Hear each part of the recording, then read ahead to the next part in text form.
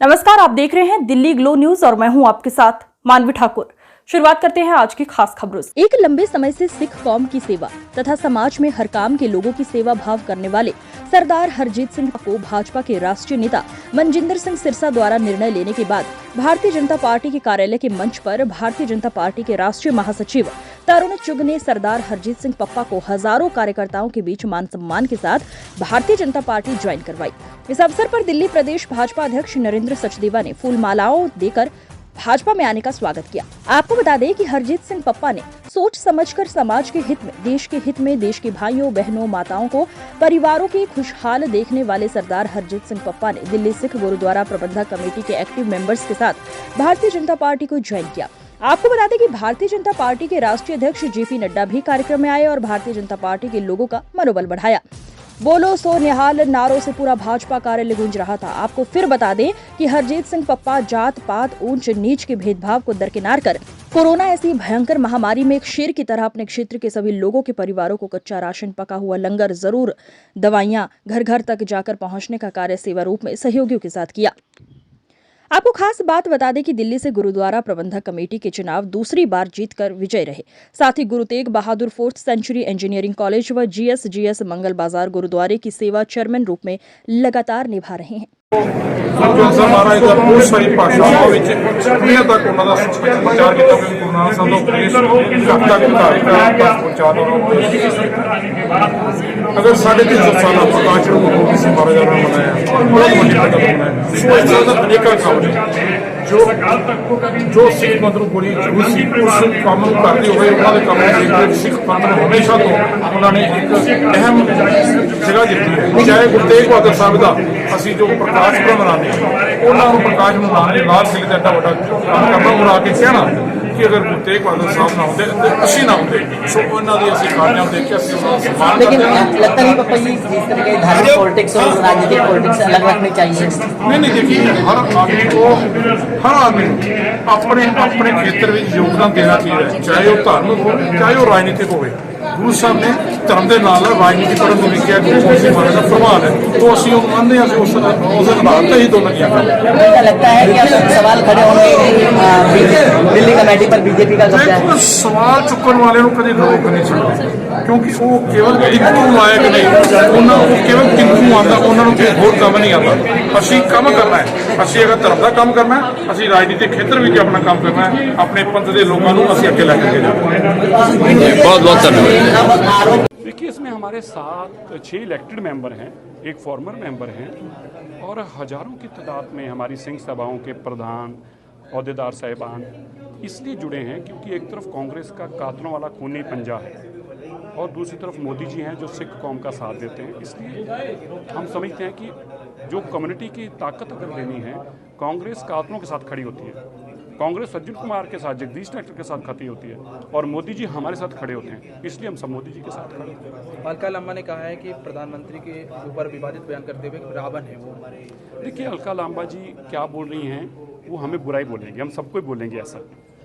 शुक्र करो कि वो मरवा नहीं रही, वरना गांधी परिवार तो मरवा देता है। जब उनको लगता है ना कि हम सत्ता में नहीं आ पा रहे, वो तो सीधा कत्लेआम करा देते हैं।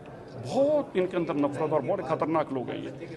अब उनका नेता वायनाड से भी हार रहा है, उनका नेता यूपी से जीत नहीं पाया, सोनिया जी को यूपी छोड़कर राज्यसभा में जाना पड़ा। तो ऐसे में बेचारे क्या करें, हमें गालियां ना निकाले तो क्या करें। तो उनका गालियां निकालने का हक भी है और उनकी मैं दर्द और पीड़ा समझ सकता हूं। अभी रावण का है भी और बहुत कुछ कहेंगे हमें। दिल्ली सरकार को फटकार लगी है दिल्ली हाईकोर्ट से स्कूलों की खास्ता हाल को लेकर। नहीं, खास्ता नहीं, फटकार नहीं लगी। मानयोग हाईकोर्ट के डिवीजन बेंच ने कहा है अरविंद केजरीवाल जी सत्ता के लालची हैं, भूखे हैं, वो अपने निजी हित को देश हित से आगे रखते हैं, जेल में रहते हुए मुख्यमंत्री रहना चाहते हैं और बच्चों का भविष्य खराब कर रहे हैं। बच्चों के पास 2 लाख बच्चों के पास टेक्स्ट बुक तक नहीं है, पीने का पानी स्कूलों में नहीं जा रहा, स्कूल टीन के अंदर छज्जों में स्कूल चल रहे हैं और अरविंद केजरीवाल कहता था मेरे एयर कंडीशन स्कूल है। अब अरविंद केजरीवाल जी को, आम आदमी पार्टी को, बजाय हमें जवाब देने के हाई कोर्ट को बताना चाहिए कि आपके छज्जों के स्कूलों का सवाल तो हाई कोर्ट ने उठाया है, कौन सा मॉडल है, कहाँ खा रहे थे तुम सब लोग पैसा। अब तो सामने सच आ गया कि सिख कौम के बारे में सब लोगों ने राजनीति करने की दृष्टि से तो बड़े बड़े वायदे भी किए, बहुत बड़ी बड़ी बातें भी कही और सिख भाइयों को अपने साथ जोड़ने के लिए हर तरीके के प्रलोभन भी देने का प्रयास हुआ, लेकिन सिख कौम के लिए अगर किसी ने सही मायने में काम किया तो वो हमारे प्रधानमंत्री श्री नरेंद्र मोदी जी ने काम किया।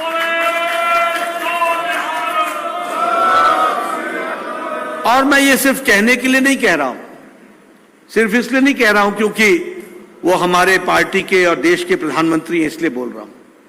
इसको धरती पर किसी ने उतारा तो प्रधानमंत्री मोदी जी ने उतारा, और उनको बहुत लगाव है।